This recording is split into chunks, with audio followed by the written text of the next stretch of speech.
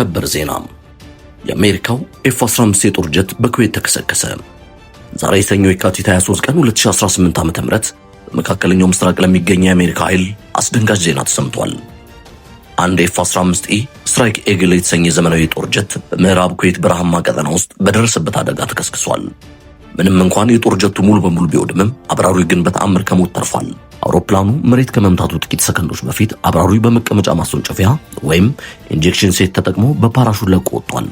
በአካባቢው የነበሩ የኩዌት ዜጎች ወዲያውኑ ለአብራሪው የመጀመሪያ እርዳታ ያደረጉለት ሲሆን አሁን ላይ ቀላል ጉዳት ደርሶበት በሆስፒታል ክትትል እየተደረገለት ይገኛል። የአደጋው መንስኤ እስካሁን በይፋ አልታወቀም። ነገር ግን ሁለት የተለያዩ መላምቶች እየተሰጡ ይገኛሉ። በአውሮፕላኑ ሞተር ወይም የቁጥጥር ስርዓት ላይ ያጋጠመ ድንገተኛ ችግር አሊያም በስህተት በተተኮሰ የጸረ አውሮፕላን ሚሳኤል ተመቶ ሊሆን እንደሚችል ስጋቶች ተገልጸዋል። ይህ አደጋ የተከሰተው በመካከለኛው ምስራቅ ያለው ፖለቲካዊ ውጥረት በበረታበት ወቅት መሆኑ የዓለም አቀፍ መገናኛ ብዙሃንን ትኩረት ስቧል።